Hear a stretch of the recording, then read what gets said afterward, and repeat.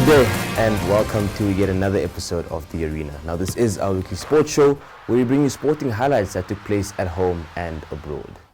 Now we start today's show with some football news where the Brave Warriors got off to a great start in the World Cup qualifiers to go top of their group after the first two matches. Last Thursday, Namibia drew 1-1 against Congo in Johannesburg, and yesterday they beat Togo 1-0 away in Lome after a 54th minute goal by striker Elmo Kambindu. Now that of course put them on top of Group H on 4 points from 2 matches, although Senegal and Congo, who play tomorrow in Brazzaville, can both take over the lead with a victory. So let's take a look at some of the match highlights from yesterday's match against Congo.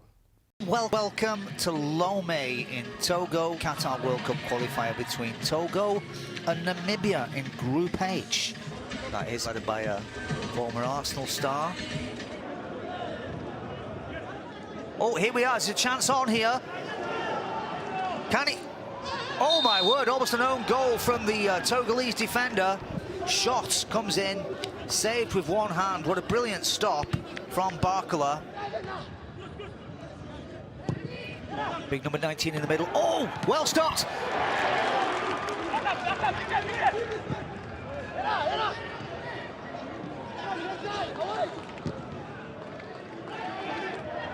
Well, here we go, running through on goal. Can he finish this off? Oh, it's been brilliantly saved by Barkala. Malcolm Barkala really stepped in there.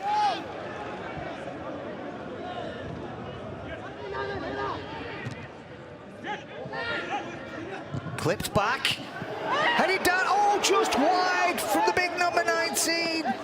As close as you get, Laba's header, just slightly off direction. 10's free kick comes in, Hoto, header in, overhead kick, and it's in the back of the net. What a brilliant strike from Kambindu as he raises his arm aloft. What a spectacular goal, he screams in joy. And well he might, because that was a sensational opener.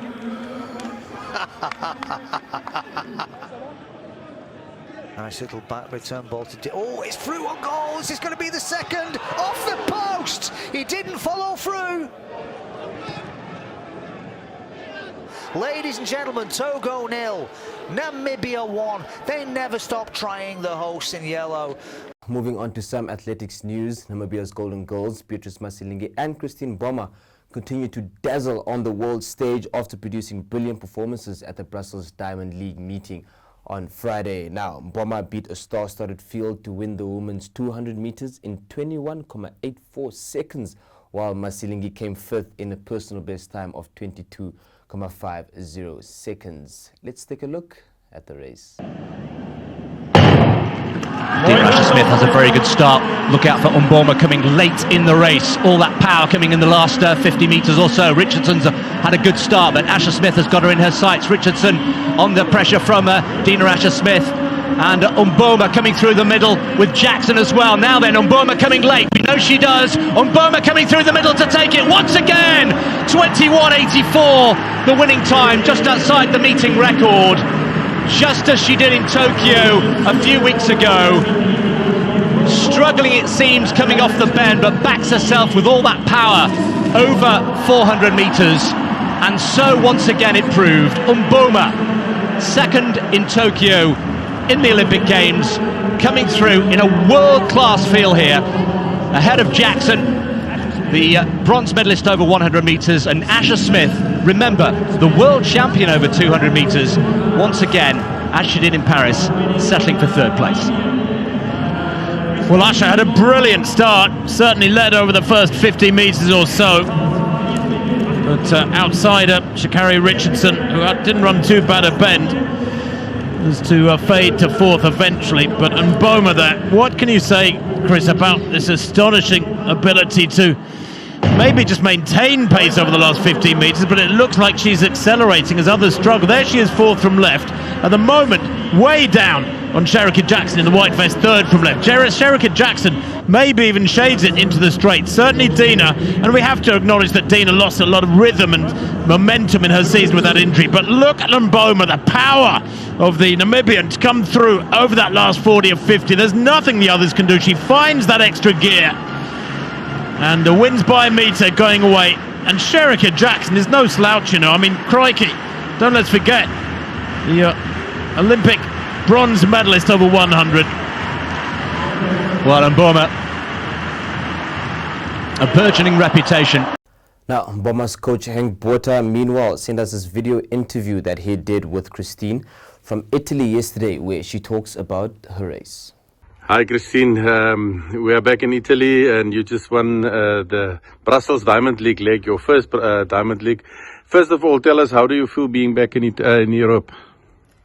I can say I feel happy to be back in Europe, and I feel excited to win my first Diamond League. And you've been invited now to do the final. The lineup looks strong again. How do you feel? Do you feel you are ready? Do you feel you can be competitive? I can say I'm ready to compete there, just to see what and how will I do. And lastly, anything that you want to add for the people back home? I just want to say thank you for your love and your support. Thank you very much, Christine, and enjoy your day. Now, still on to some athletics news. The curtains closed on the Tokyo Paralympics yesterday, with Namibia finishing 71st overall and 8th in Africa on the medal table. Now, Namibia managed to scoop 2 medals through Anania Shikongo, who won silver in the men's T11 400 meter, and through Johannes Nambala, who won bronze in the men's T13. Now, Shikongo could have won another bronze medal in the men's T11 100 meter final, but was unfortunately disqualified when the tether between him and his guide slipped out of Shikongo's hand just before the finishing line. Let's take a look at that race. Men's 100 metres T11 final. And they jumped quickly, and quickest of all was the world record holder Gavalas. He got away to an absolute flyer, and he's storming down the straight. And Athanasios Gavalas is going to take it, a new world record. Well, Gavalas has raced away for everyone.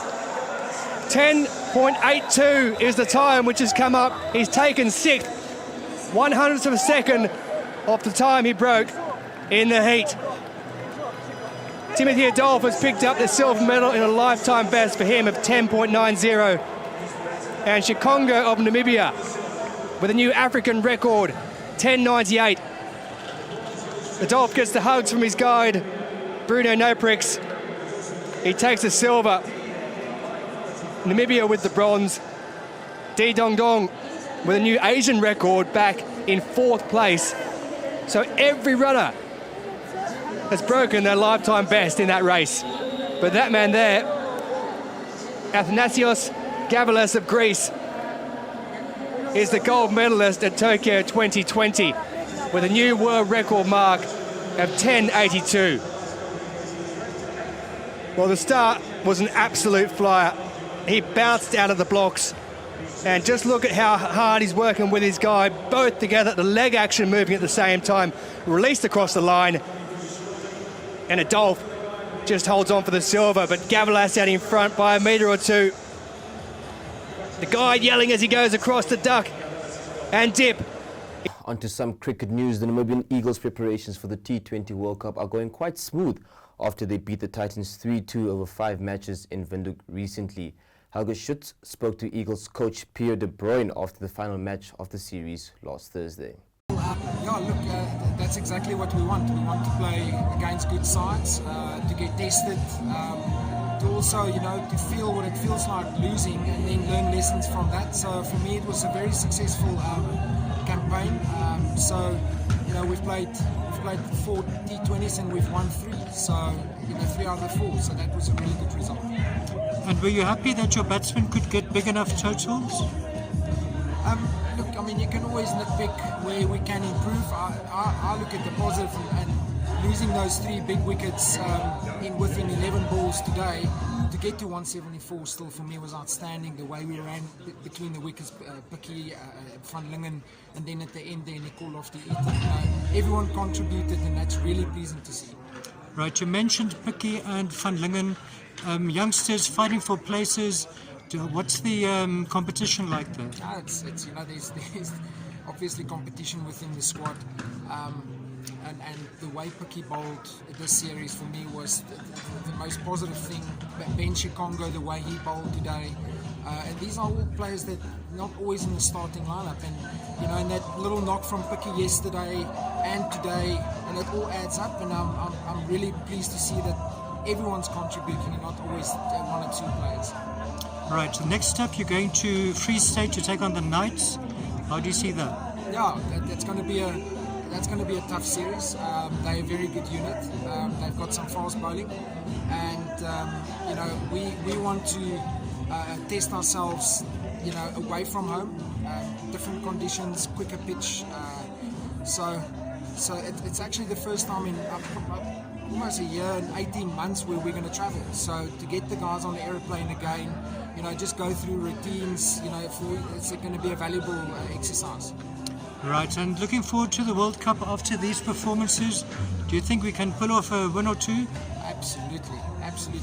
We believe we can. T20 cricket is a funny old game. You need a bit of luck. But the way we've trained and the way we're playing at the moment, I can't see why we can't cause an upset. We're not going to go there,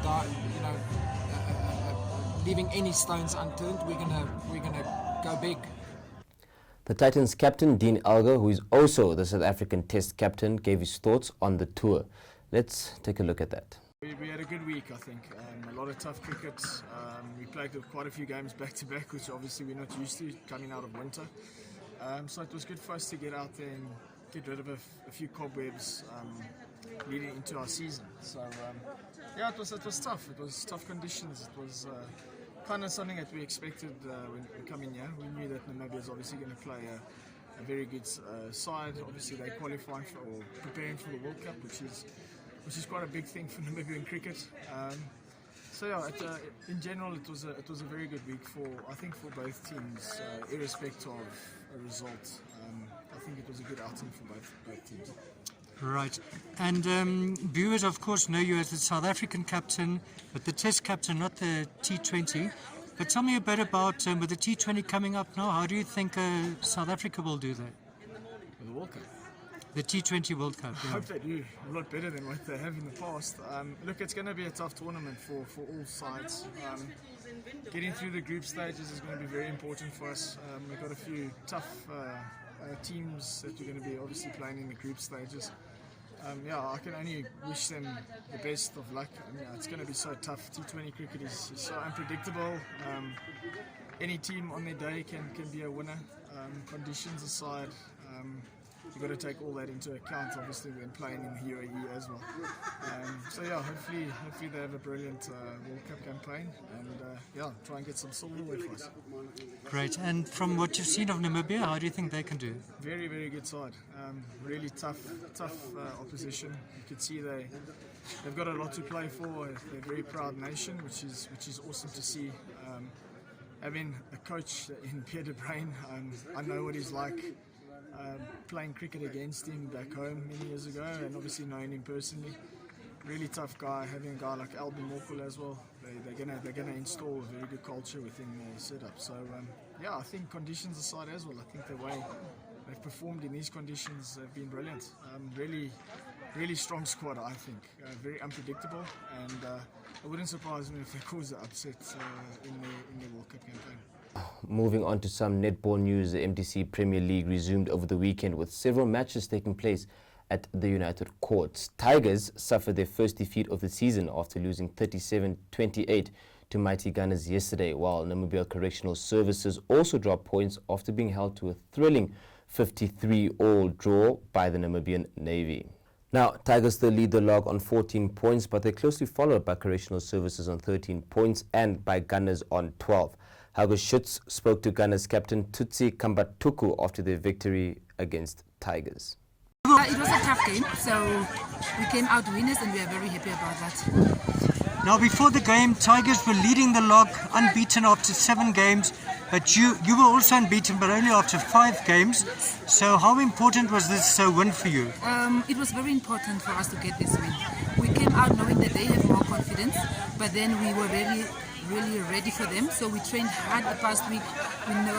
We actually strategized their gameplay from the previous games and stuff. So we came out ready and we took the win. But then playing, it was not as hard as we thought it would be. So I think we can applaud ourselves on the road. Right. And to see the log very close now at the top. Tigers on 14. Correctional Services on 13 and you are on 12. You've got a game in hand. Yeah. So how do you see the rest of the league going? I think it might be anyone's game. Correctional is also not an easy game. Navy is also not an easy game. Those are games that we're still going to face. So we just need to train hard, and then I think we might win this league if we really do train hard. Fantastic. And tell me a bit about your team. Are they good young players coming through? We have a lot of experienced players, so we have more older players than the young ones. But then we have a really young squad as well that is coming through. So we hope for them to just train hard and take the experience from us, and then we just, with the combination of the old ones and the new ones, I think we make a good team.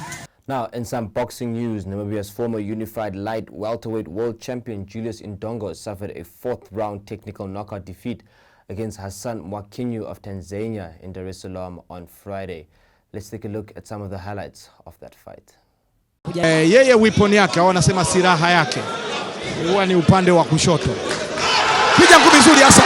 Anapiga nyingine, Indongo anainuka. Indongo anasema mimi ni mzoefu. Hassan anasukuma. Hassan anapeleka nyingine.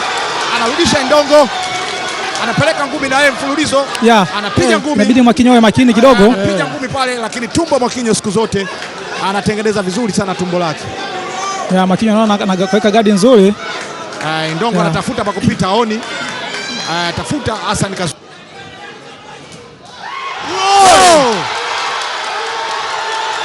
Anacheza foul, lakini refa anamwambia ingeweza kuwa anahesabiwa, lakini kwa kitendo alichofanya Hassan hajaweza kuhesabiwa. Kampiga nje ya ulingo kule, kwa hiyo nje ya ulingo. Sawa, bado shughuli inakwenda. Hassan anamaliza. Hassan anapeleka ngumi. Indongo anakumbatia. Hassan ataki. Indongo anampeleka, anarudi pale Hassan. Indongo anamtumua, anapiga ngumi pale. Round imekamilika. Hiyo nzuri. Hassan hapa inabidi force amalize kwa sababu Indongo kashakubali tayari. Kashakubali, kwa Hassan inabidi hapa force tu kilicho kumaliza. Bado anasukumana. Ngumi ilikuwa nzuri ile kwa. Kuna imeisha. Shughuli hiyo. Indongo hoi. Anacheza Hassan, anapiga ngumi.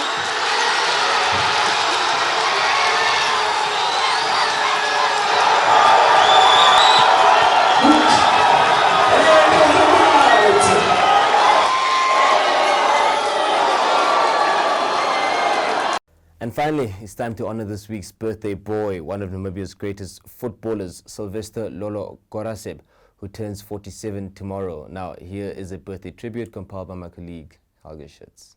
One of Namibia's greatest soccer players, Sylvester Lolo Goraseb, was born in Windhoek on 7 September 1974.